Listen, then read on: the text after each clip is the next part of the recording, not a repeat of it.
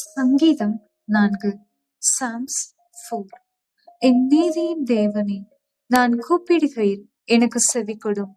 நெருக்கத்தில் இருந்த எனக்கு விசாலம் உண்டாக்கினீர்.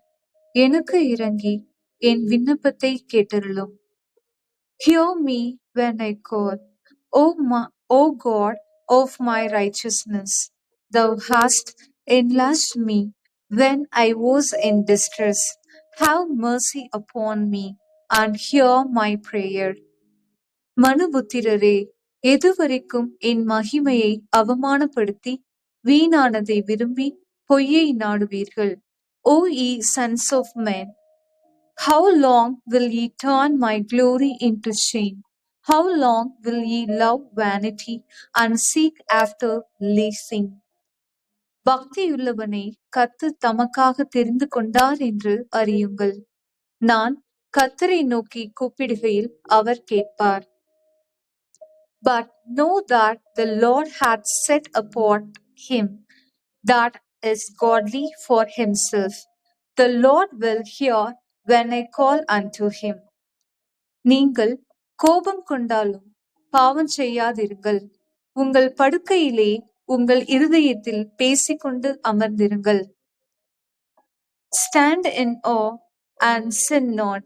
Commune with your own heart upon your bed. நீதியின் பலிகளை செலுத்தி கர்த்தர் மேல் நம்பிக்கையாயிருங்கள். Offer the sacrifices of righteousness and put your trust in the Lord. எங்களுக்கு நன்மை காண்பிப்பவன் யார் என்று சொல்லுகிறவர்கள் அநேகர். கர்த்தாவே, உம்முடைய முகத்தின் ஒளியை எங்கள் மேல் பிரகாசிக்க பண்ணும். There be many that say, Who will show us any good? Lord, lift thou up the light of thy countenance upon us.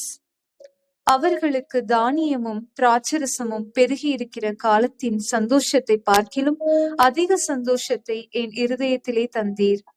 Thou hast put gladness in my heart more than in the time that their corn and their wine increased. சமாதானத்தோடே படுத்துக்கொண்டு நித்திரை செய்வேன். கர்த்தாவே, நீர் ஒருவரே என்னை சுகமாய் தங்க பண்ணுகிறீர். I will both lay me down in peace and sleep, for thou, Lord, only makest me dwell in safety.